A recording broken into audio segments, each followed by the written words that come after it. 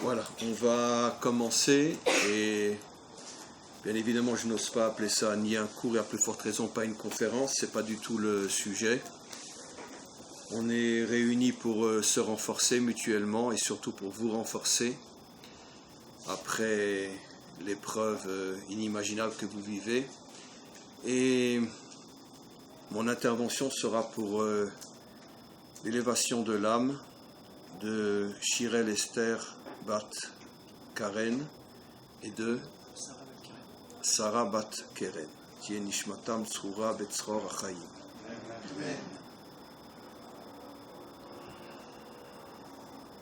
J'avoue très sincèrement que je ne suis pas bien depuis le début de la journée, très traumatisé par le fait que je devais venir ce soir pour intervenir parce que c'est quelque chose qui est pratiquement impossible à faire. Et c'est sans doute la raison pour laquelle, vous savez que la première lettre de la Torah est un bet, la dernière lettre de la Torah est un lamed, qui forme le mot lève, le cœur, parce que toute la Torah, elle doit être dans le cœur, pas dans la tête. Et l'enseignement est clair. L'étude de la Torah, et surtout, et à combien plus forte raison, l'enseignement, c'est le cœur qui doit parler, pas la tête. Un enseignant de Torah n'est pas un professeur d'université. Même s'il sait tout, mais qu'on sent que c'est son cerveau qui parle, c'est pas de la Torah. À combien plus forte raison, dans une soirée comme la nôtre, où finalement il faut essayer de réconforter des parents que seul le maître du monde peut réconforter et qu'aucun homme sur terre ne peut le faire, c'est un projet qui est surhumain. Et donc je disais que la Torah doit être transmise avec le cœur. Et seulement si on est capable de faire parler son cœur, alors on peut peut-être faire rentrer nos paroles dans le cœur de ceux qui en ont besoin. Comme disent nos maîtres, Dvarim hayotzim min halev nichnasim lalev. Seulement une parole qui sort du cœur peut rentrer dans le cœur. Vous savez, à l'époque du Talmud, il y avait un maître, un grand maître qui s'appelait Rabbi Yochanan. C'était un homme d'une, excusez-moi le mot, pour un maître d'Israël, ça se prête pas trop, mais c'est le Talmud qui le dit, d'une beauté inimaginable, un homme qui avait un visage rayonnant, au point qu'il avait même reçu une bénédiction particulière contre le Ein Hara, parce que, excusez-moi l'expression, mais aucune jeune fille pouvait le voir passer sans se retourner.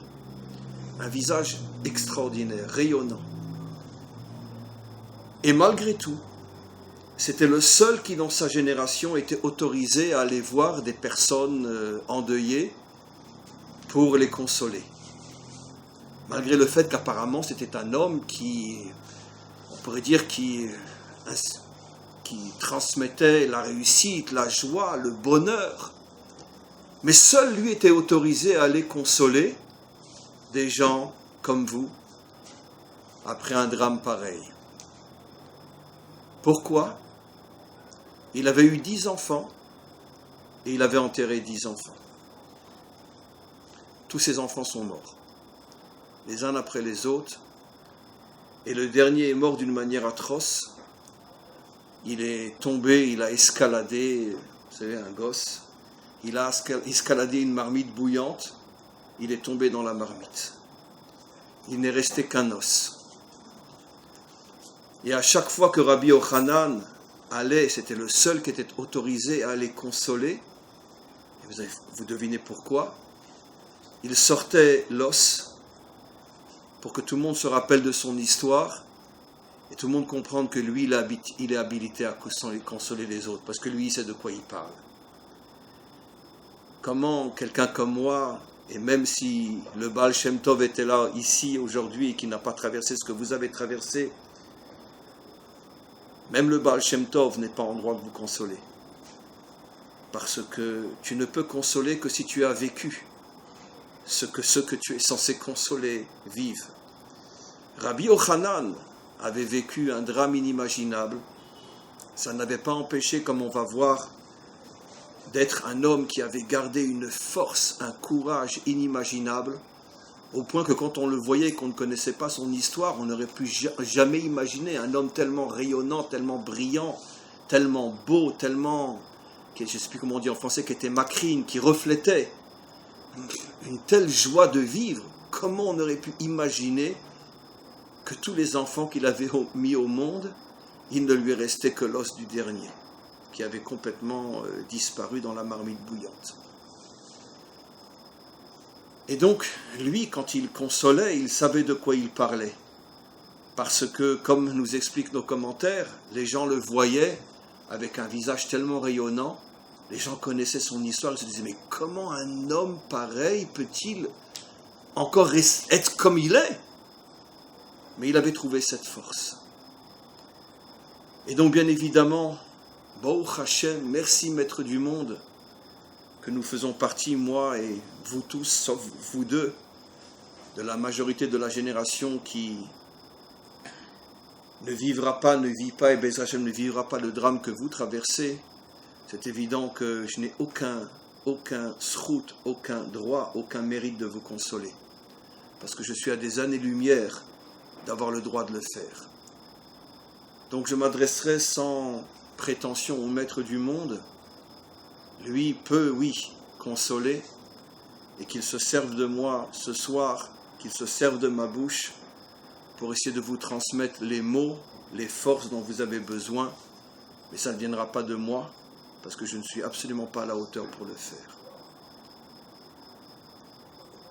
Vous le savez peut-être, dans la fin de la prière, je le rapporte souvent dans mes cours, on termine la prière, Allez-nous les Shabéach, par un verset très étrange, qui dit « Bayom haou yeh Hashem echad ou shmo echad » En ce jour, Dieu sera un et son nom sera un. Au futur, Dieu sera un.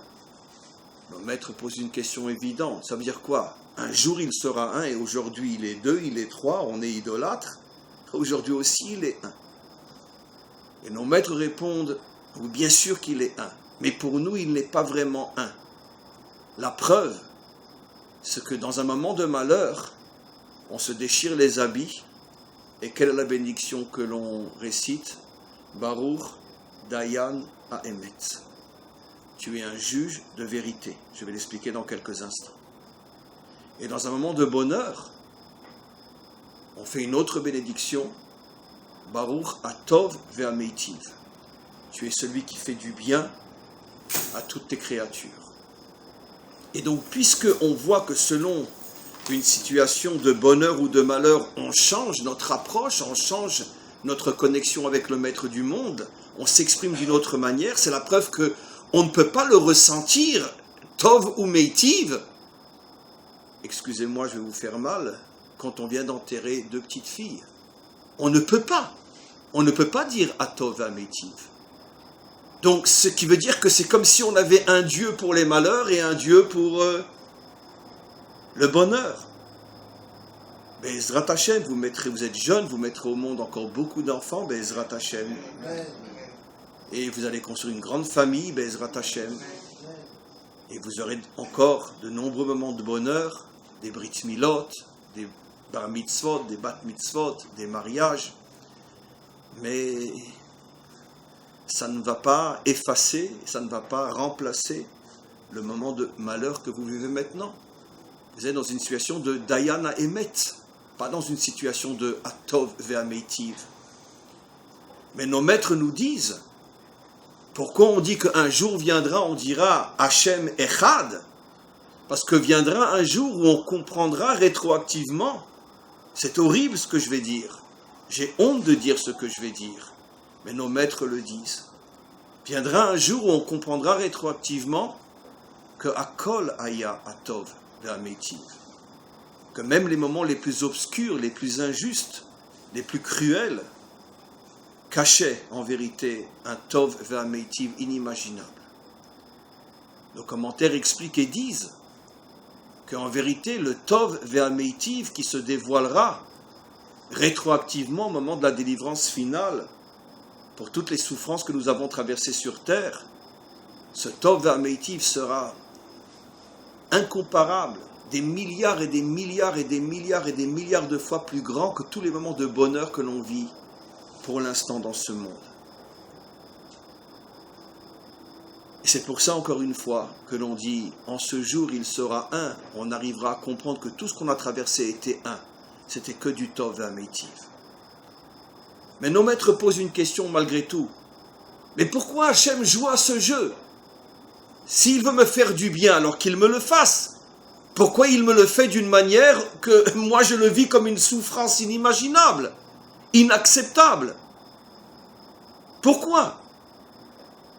Et nos maîtres répondent, parce que chaque chose, surtout des choses immenses que tu dois recevoir, il te faut un réceptacle pour les recevoir. Tu veux boire de l'eau, il te faut une bouteille, il te faut une bouche, il te faut un verre. Il te faut des réceptacles pour recevoir. Tu reçois quelque chose, tu dois tendre la main. Rien ne peut être reçu sans un réceptacle. Le réceptacle de cette lumière inimaginable qui se cache aujourd'hui à l'intérieur de l'écorce de la souffrance et de l'épreuve, cette lumière inimaginable, pour pouvoir se dévoiler, n'a qu'un seul réceptacle possible. Et il s'appelle bien sûr la Emouna. La Emouna, ça veut dire, comme je vais l'expliquer en français, j'ai même pas envie de le traduire, je ne vais pas traduire par la foi parce que on n'est pas à l'église. Et c'est un mot qui ne se traduit pas, on doit le comprendre, plutôt que de le traduire. La Emouna, c'est cette capacité que la personne éprouvée a, cette capacité de trouver au plus profond de lui des forces qu'il ignorait complètement, que s'il arrive à les dévoiler, ces forces, elles vont faire de lui un géant qui va dépasser toute sa génération. Et c'est ça la Emouna. Et quand il arrive à se transformer complètement, à changer sa nature, à devenir un géant de Emouna, au moment de la délivrance, Hachem cassera l'écorce de la souffrance, cassera l'écorce du deuil, dévoilera le fruit qui se cachait dans cette souffrance. Et bien évidemment, le fruit sera d'autant plus facile à recevoir qu'au moment de la délivrance, bien évidemment, vous retrouverez vos deux filles, vous serez ensemble avec tous vos autres enfants, et ces deux filles seront une couronne sur la tête de chacun d'entre vous, de vous deux, et tous ensemble vous comprendrez ce qui est aujourd'hui incompréhensible, que nous n'avons même pas le droit d'essayer de comprendre, ce serait un crime, car notre cerveau ne peut pas monter à ce niveau-là aujourd'hui.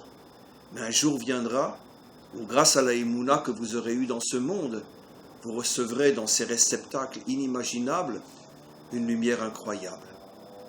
Mais regardez plus encore. En ce moment, vous êtes, comme je l'expliquais, dans la situation de Dayan HaEmet, juge de vérité. Mais pourquoi on l'appelle Dayan HaEmet? Baruch Ata Hashem, Dayan, HaDayan. Pourquoi HaEmet? Qu'est-ce que vient rajouter le mot Emet? Je vais arriver droit au but sans expliquer tout le midrash qui parle de ce que je veux toucher. Nos maîtres nous disent qu'un jour, Hachem a pris la vérité, elle était tout en haut dans le ciel avec lui, et il l'a jetée à terre. Il l'a jetée à terre. Pourquoi? Sans entrer trop dans les détails, je n'ai pas l'intention de faire un cours ni une conférence, je veux trouver uniquement les mots qui vous renforcent. Parce que la vérité apparemment ne supportait pas ce monde, c'est un monde de mensonges, un monde hypocrite, un monde de vitrines. Et la vérité ne comprenait pas pourquoi Dieu avait créé ce monde. Alors, Hachem s'est fâché contre la vérité, il a pris la vérité et il l'a jetée à terre. Elle a dégringolé, elle s'est cassée la figure. Mais la vérité ne s'est pas découragée, c'est une métaphore bien sûr, ne le prenez pas à la lettre. La vérité ne s'est pas découragée, elle s'est tout de suite ressaisie et elle a commencé à se relever. À partir du sol où elle s'était fracassée, comme vous deux. Et à ce moment-là, Hachem a dit « Emet, mais Eretz Titzmar ». La vérité poussera à partir de la terre. Le message que nous comprenons explique nos maîtres, et c'est pour ça qu'on dit Dayan HaEmet, il y a une illusion extraordinaire. Au moment où on traverse un deuil, au moment où on traverse une souffrance inimaginable, on doit être comme le Hémet. Ça veut dire que vous vous êtes complètement cassé la figure. Vous êtes écroulé. Hachem vous a pris de là où vous étiez et vous a jeté à terre. Vous êtes en 1000 morceaux. Et pourquoi on dit Dayana Hémet? Parce que c'est ce qui est arrivé à la vérité. La vérité aussi a été jetée à terre, mais elle est arrivée à se relever. Et c'est d'une certaine manière le test d'authenticité, le test de vérité, si j'ose dire, qui se trouve en chacun d'entre nous. On pourrait presque traduire le mot Dayana Hémet d'une autre manière, car comme vous savez, l'hébreu, surtout l'hébreu biblique et l'hébreu talmudique, est un hébreu que l'on peut traduire de milliers de manières, tellement il est extraordinaire.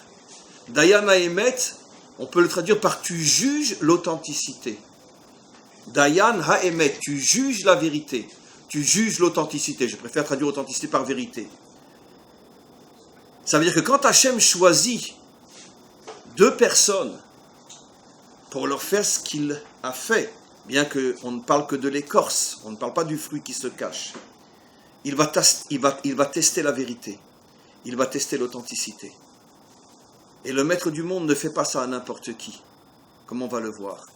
Il sait qui il choisit. Et comment on arrive à le comprendre?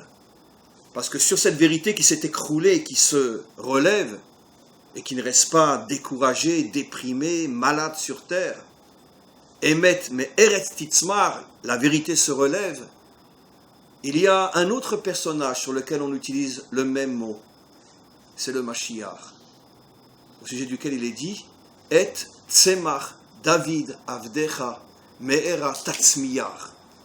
Traduction mot à mot, fait que la pousse de David, comme la vérité, que cette pousse, ce Tzemach en hébreu, cette pousse se dévoile et pousse le plus vite possible. Pourquoi le Mashiach lui aussi est appelé Tzemach? Selon l'exemple de la vérité qui a été jetée à terre et qu'elle s'est brisée en 1000 morceaux et maintenant elle se reconstruit, elle se relève. Pourquoi le Mashiach aussi? Mes amis, je vais vous dire quelque chose qui est dur, inacceptable, incompréhensible. Pour l'instant, c'est évident. Mais sachez et comprenez, et je le dis avec la plus grande authenticité, et même si le Baal Shem Tov était devant moi, même si Rashi était devant moi, je parle de gens qui n'ont pas souffert comme vous. Je ne parlerai pas de Rabbi Nachman, qui lui a enterré pratiquement tous ses enfants et ses petits-enfants durant sa courte vie. Il est mort à 38 ans. Il a passé sa vie à enterrer sa famille. Donc lui, je ne parlerai pas de lui. Mais je parle de gens immenses. Le Gaon de Vilna. On pourrait en citer Baba Salé. Baba Salé, non, a perdu un fils de son vivant, Rabbi Meir. Donc je ne citerai pas Baba Salé. Mais je citerai des Gdolim inimaginables qui n'ont pas vécu ce que vous avez vécu, ce que vous vivez. Alors si je pose la question, par le mérite de qui va venir le Mashiach? Qui va le faire pousser le Mashiach? Qui va amener la délivrance au monde? Vous croyez que c'est les grands dans la Torah? Je rajoute qu'ils n'ont pas souffert? Non. C'est vous. C'est toi. Parce que vous êtes dans une situation de Tzemach. Hachem vous a jeté du haut de votre réussite, du haut de votre bonheur, et vous a fracassé à terre. Et maintenant, il attend de voir comment vous allez vous relever. Et si vous vous relevez, je vous garantis, je le dis, c'est enregistré, et nous le vivrons. Quand le Mashiach va venir, il aura besoin d'une armée. Il aura besoin du mérite de tous ceux qui non seulement l'ont fait venir, mais qui vont l'accompagner dans la réparation du monde. Imaginez à quel point son travail sera dur. Vous croyez qu'il va rentrer dans les yeshivot pour aller chercher les rochers yeshivot, les dayanim, les rabbins communautés, les tzadikim? Je vous garantis, je le dis devant Hachem, que les premiers qu'il va venir trouver, c'est vous deux. Et il vous dira, c'est grâce à vous que je suis là. Et donc, c'est grâce à vous que le monde peut être réparé et que le monde peut être sauvé. Parce que vous avez été tourmentés, éprouvés avec cette épreuve de Emouna que Hachem distille dans son monde et qu'il ne peut donner qu'à des êtres très particuliers. Voyez, quand on voit votre mari, il a la même tête que tout le monde. Quand on vous voit vous avez la même tête que tout le monde.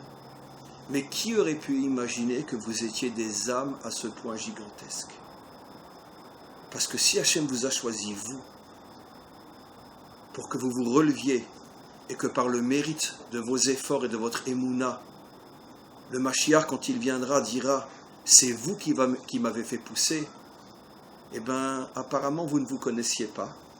Vous pensiez que vous étiez une petite juive comme tout le monde. Vous pensiez que vous étiez un petit juif comme tout le monde. Eh bien, sachez que vous êtes un géant.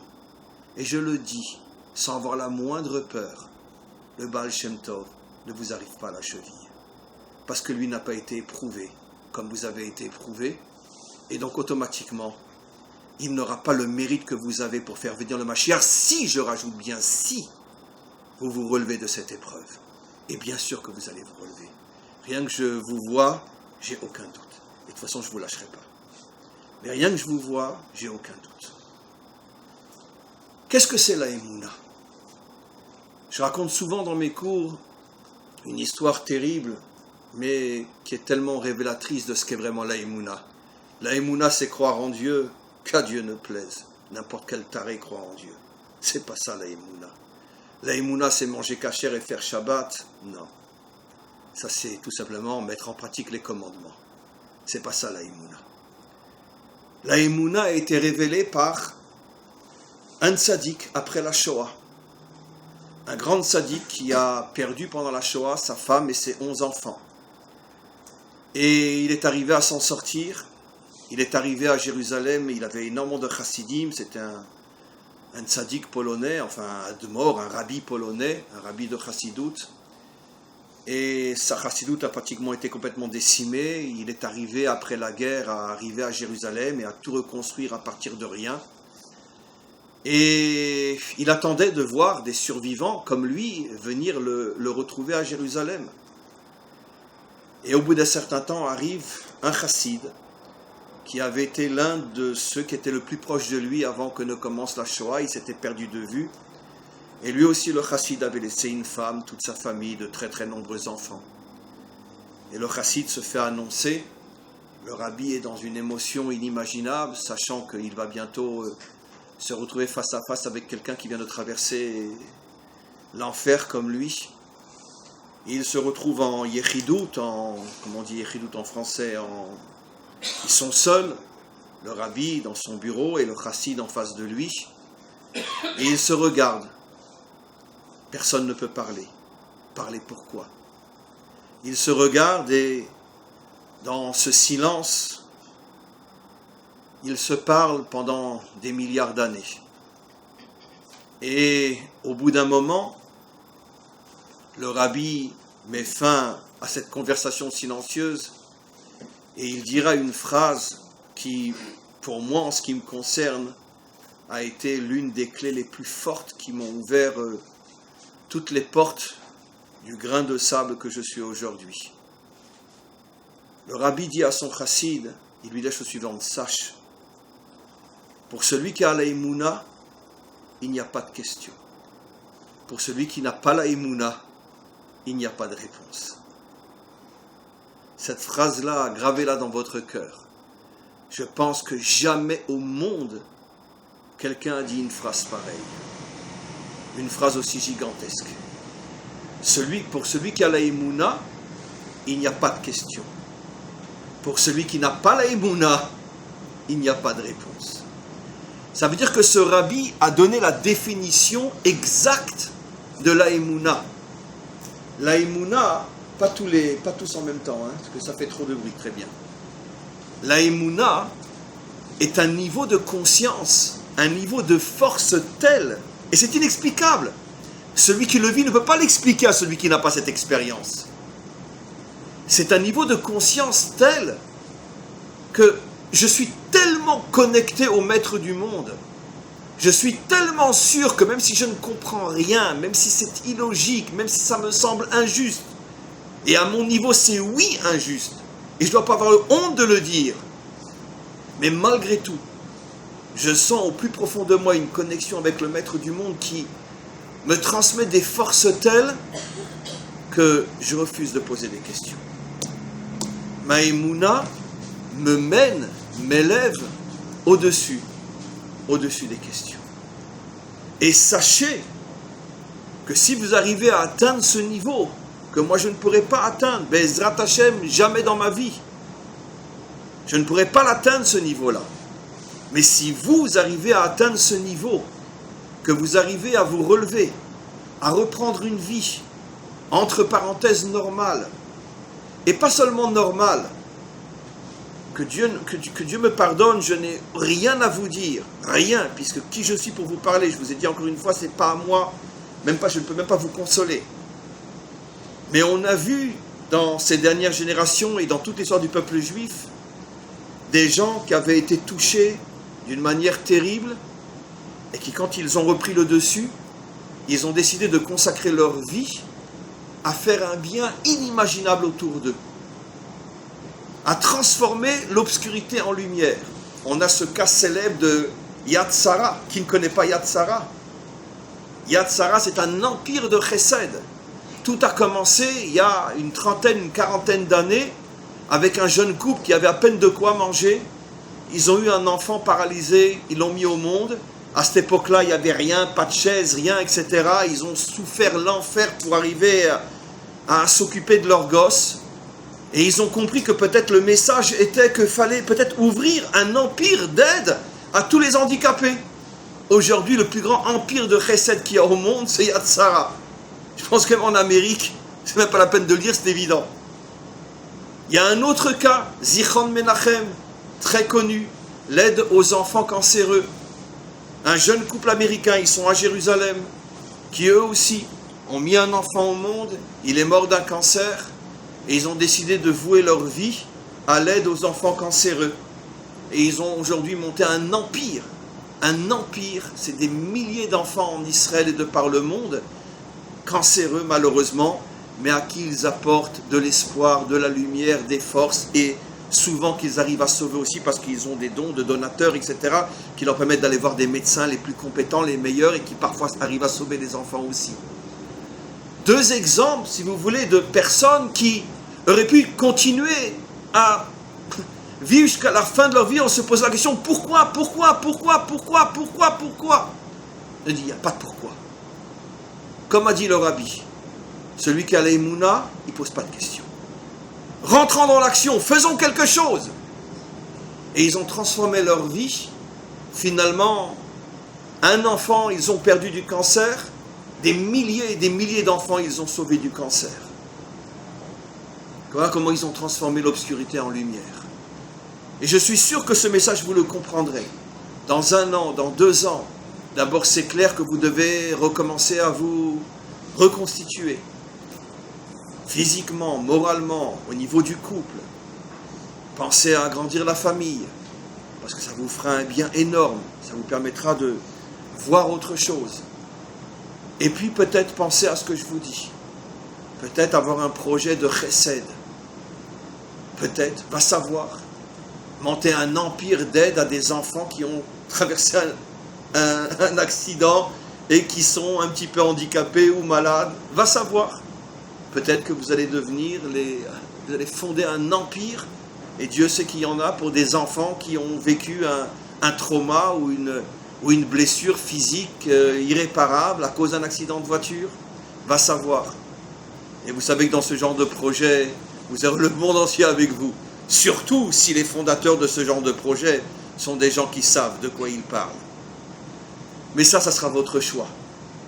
Et si vous faites ce choix-là, vous allez devenir, je ne veux même pas dire les héros du peuple juif. Je vous dis personnellement, si vous arrivez à ce niveau-là, d'accord, j'aurais personnellement honte de me tenir devant vous, tellement vous allez me dépasser, moi et tous les maîtres de cette génération, tellement vous deviendrez grands si vous arrivez à faire ça. Parce que ça, c'est la vraie grandeur. Je voudrais rajouter encore deux, trois petites choses très importantes. Sachez, mes amis, que dans un couple, la véritable force du couple, c'est vous, madame. Nos maîtres nous disent que la émouna, la force de la émouna a été donnée à l'épouse plus qu'au mari.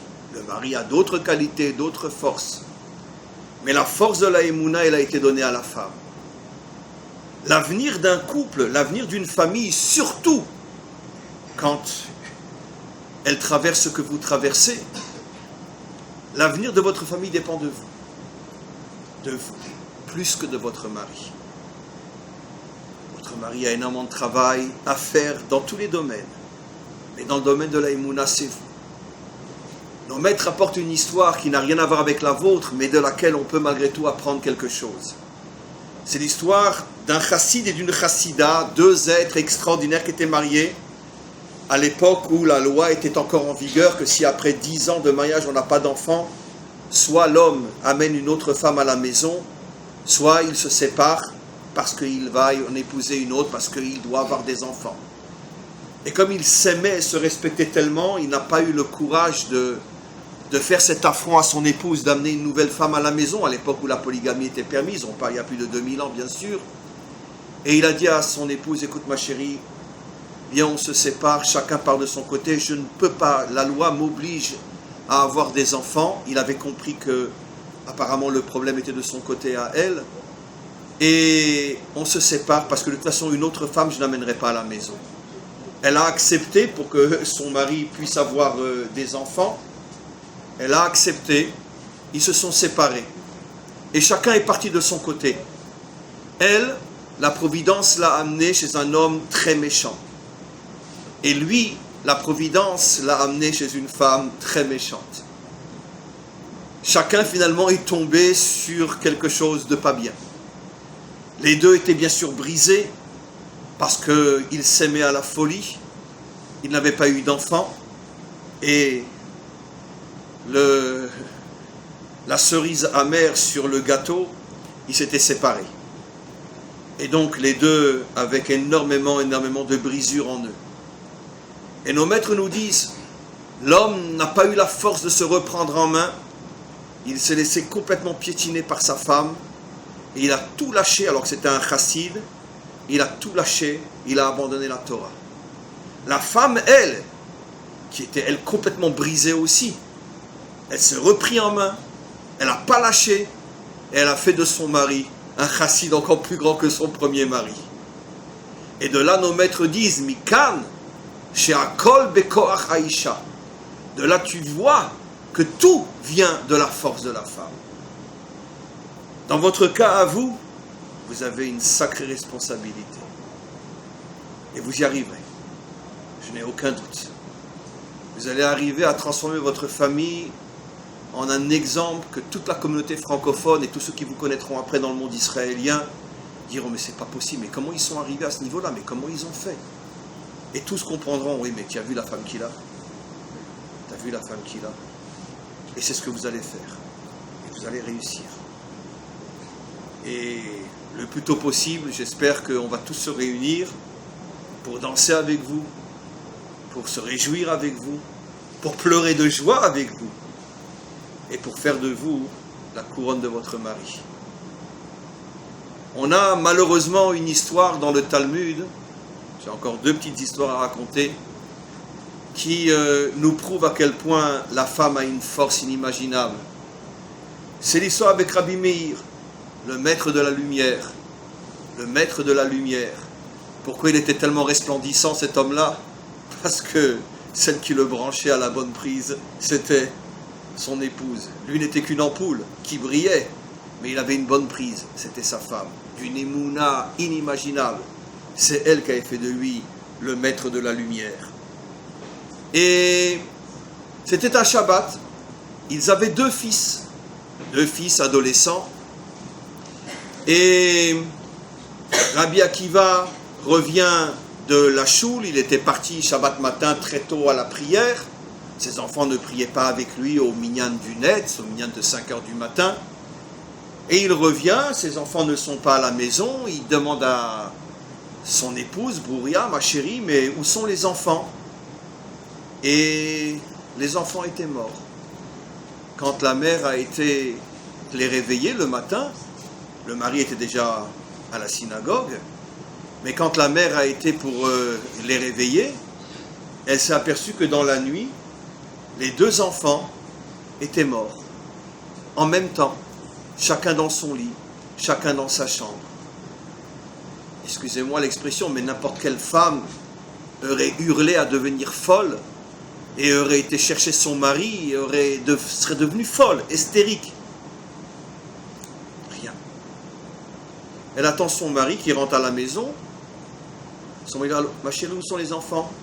Oh écoute, rien, ils m'ont demandé avant de partir prier à la synagogue s'ils peuvent rester manger chez une famille d'amis à eux qui apprennent à la yeshiva avec eux.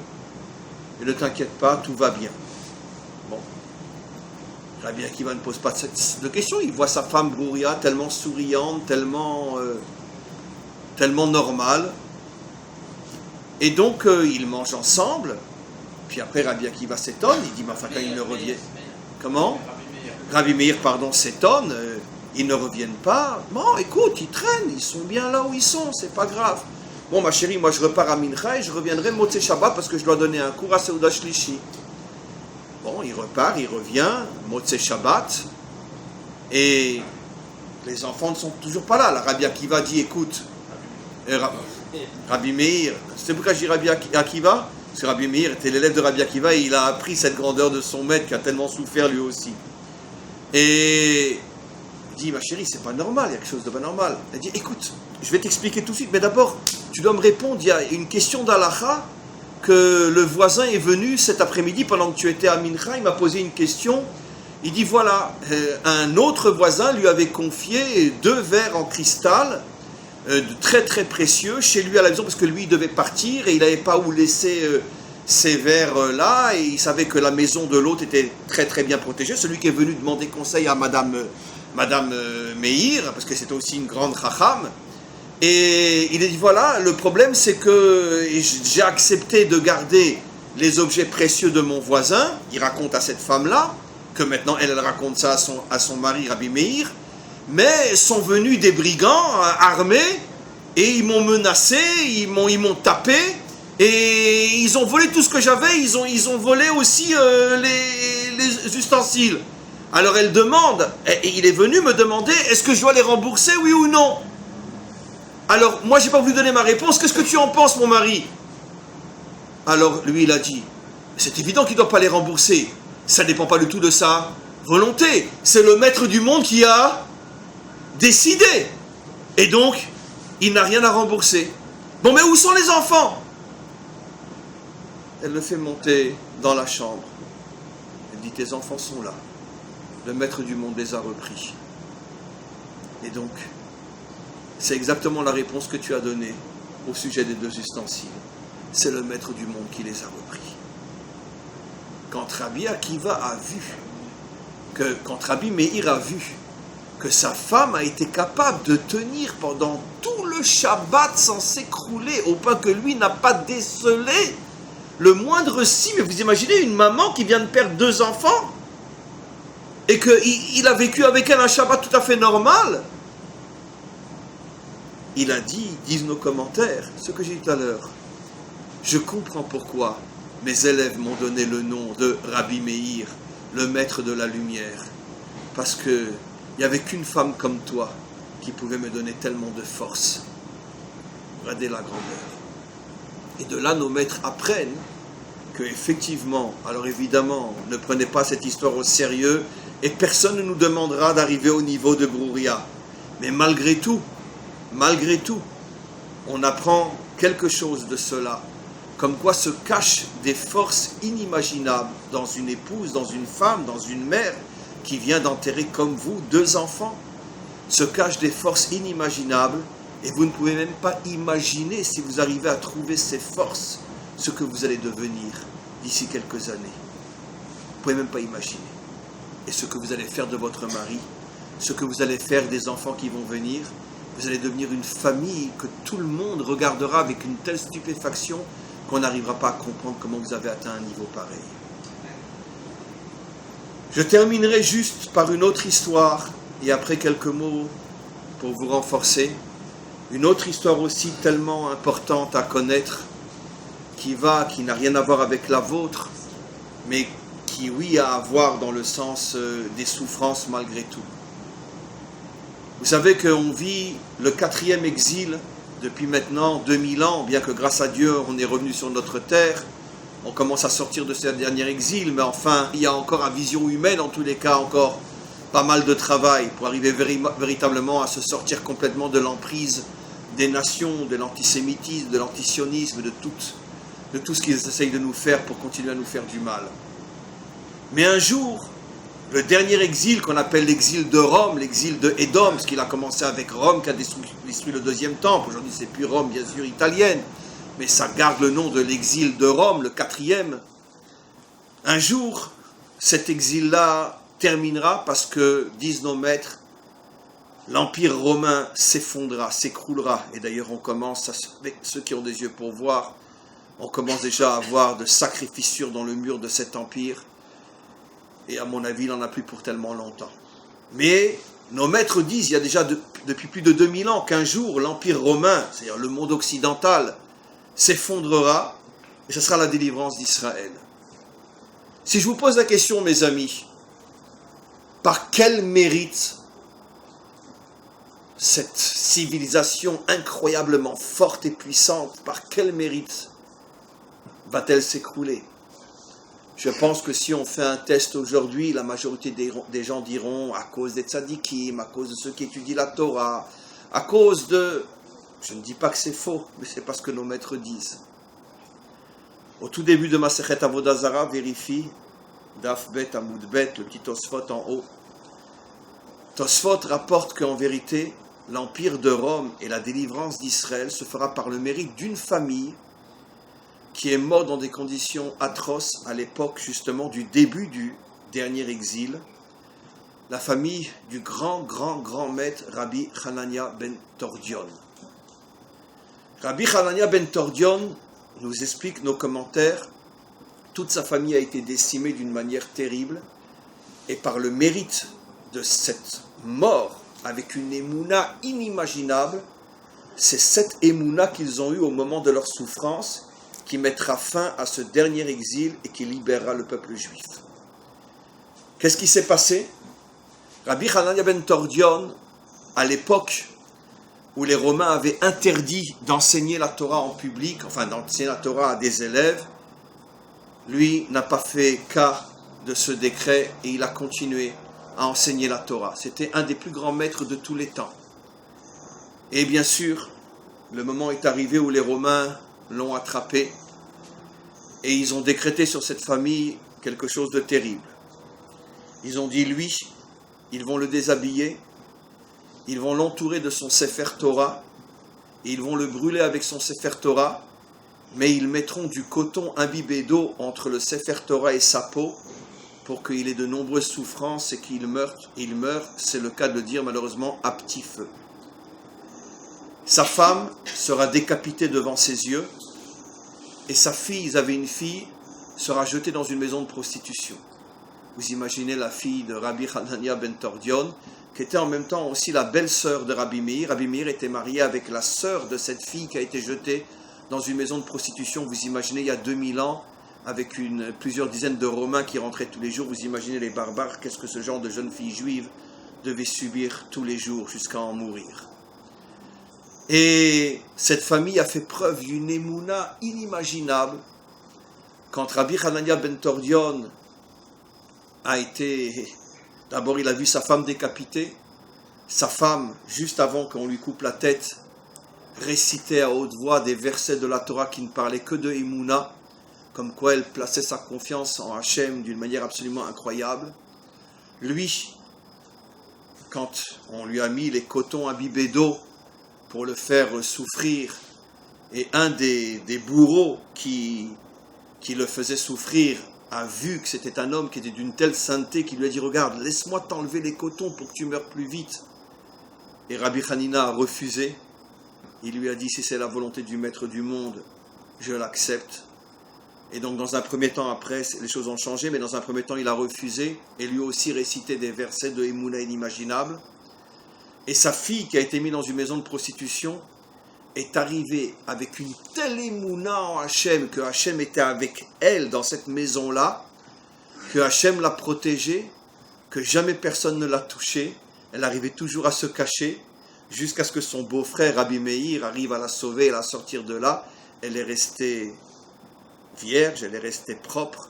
Elle n'a pas été touchée par aucun Romain parce qu'elle avait une émouna telle que Hachem lui faisait des miracles inimaginables jusqu'à ce que Rabbi Meir, son beau-frère, arrive à la sortir de là. Et nos maîtres disent, par le mérite de cette famille qui a traversé l'horreur, vous imaginez Rabbi Hanania qui voit sa femme décapitée, qui voit sa fille jetée dans une maison de prostitution pour des soldats romains, mais il y a de quoi excusez-moi, péter un câble, devenir fou, hurler, crier à Hachem, dire mais t'es malade. Et tout ce que je fais pour toi, ils ont eu une émouna inimaginable. Nos maîtres disent, par le mérite de Rabbi Hanania ben Tordion et sa femme et sa fille, par leur mérite, il y aura la délivrance finale. Vous imaginez, ceux qui voient leur souffrance il y a 2000 ans ne peuvent pas s'empêcher de crier à l'injustice. Mais est-ce que nous, on peut comprendre les desseins d'Hachem et les plans d'Hachem qui va se servir de cette souffrance-là qui est transformée en émouna pour finalement faire qu'un jour nous puissions enfin vivre libres et heureux sur notre terre sans que plus jamais les nations nous fassent du mal, et que quand un jour on demandera, mais par le mérite de qui ? Par le mérite de la souffrance de ces 3 personnes qui ont souffert avec une émouna inimaginable. Et nos commentaires posent une question, mais qu'est-ce qu'on a besoin de leur souffrance ? Rabbi Hanania était lui-même un grand dans la Torah. Ça devrait suffire, ces mérites de la Torah. Et de là, nos maîtres répondent, non, c'est pas les mérites de la Torah, c'est les mérites de la émouna. Et c'est donc la raison pour laquelle, comme je l'ai expliqué, puisqu'il s'agit des mérites de la émouna, c'est la raison pour laquelle même un couple comme vous n'êtes pas le Baal Shem Tov, vous n'êtes pas le Gaon de Vilna, vous n'êtes pas Rashi, vous n'êtes pas le Rambam. Mais croyez-moi que vous, par le mérite que vous allez atteindre en vous reconstruisant et en développant en vous ces forces de Emouna, vous allez dépasser tous les grands de toutes les générations qui n'ont pas souffert comme vous. Et c'est par votre mérite, comme celui de Rabbi Hanania ben Tordion, que viendra la délivrance finale. Ce que vous devez retenir de tout ce que j'ai expliqué sont les points suivants. D'abord, excusez-moi de vous le dire, mais c'est trop vrai, je n'ai pas le droit de ne pas vous le dire. Vous pensiez jusqu'au malheur qui vous arrive que vous étiez, comme je l'ai dit tout à l'heure, de simples juifs. Eh bien, je vous le dis, et très sincèrement, à partir d'aujourd'hui, si vous rentrez dans un endroit où je suis assis, je vous promets que je me lèverai devant vous. Parce que si Hachem vous a choisi pour une telle épreuve, c'est que vous êtes beaucoup, beaucoup plus grand que tous les soi-disant rabbinim de notre époque. Parce que sinon, il ne vous aurait pas pris pour ça. Donc vous avez en vous une neshama inimaginable. Et ce que je dis, je ne l'invente pas. On a des cas dans la Gemara où les grands maîtres d'Israël se levaient devant des juifs très simples, entre parenthèses, qui avaient été très très très gravement éprouvés, mais qui étaient restés avec une émouna telle que les maîtres d'Israël se sentaient tout petits à côté d'eux. Et moi je serai le premier à le faire. Si demain je vous rencontre dans d'autres circonstances où vous venez me voir et que moi je suis assis, je me lèverai devant vous. Parce que si Hachem vous a choisi, vous avez une âme immense. Mais ça vous responsabilise aussi. Vous devez savoir que Hachem attend de vous quelque chose d'immense. Vous ne pourrez plus reprendre une vie normale, une vie standard. C'est impossible. Pour vous en sortir, vous avez besoin de vous dépasser, vous surpasser.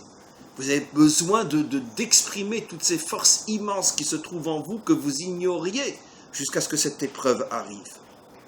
Et donc ces forces-là, il va falloir les développer. Vous ne pouvez pas revenir à une vie standard. Vous devez, d'ici quelques mois, d'ici 1 an, 2 ans, peu importe, c'est vous qui choisirez. Vous devez décider de faire quelque chose de grand. Vous ne pouvez plus être monsieur tout le monde. C'est impossible. La famille tout le monde. Vous allez créer quelque chose de grand, quelque chose de fort. Et sachez, et c'est peut-être le dernier message que je vous adresse, et je le dis avec une sincérité au point que si Hachem se dévoilait maintenant, je le dirai aussi, je n'ai pas honte de ce que je dis, parce que je sais que c'est vrai. C'est par le mérite de gens comme vous, que nous mériterons la délivrance finale. Si vous arrivez à vous en sortir, vous serez aux côtés du Mashiach lorsqu'il se dévoilera. Le Maître du monde vous éclairera de sa lumière, il vous rendra vos 2 filles, et vous serez pointés par tout Israël comme les sauveurs de notre peuple et le sauveur de l'humanité tout entière. Que le Maître du monde vous comble de ses bénédictions, qu'il vous comble de force, qu'il vous comble de lumière, et que très vite vous deveniez un modèle pour toute la communauté francophone d'Israël et de partout dans le monde, et pour tous ceux qui apprendront à vous connaître. Amen. Beaucoup de courage, beaucoup de force, et Bezrat Hashem, que le plus vite possible on puisse se réjouir ensemble de bonnes nouvelles qui vont vous accompagner. Amen.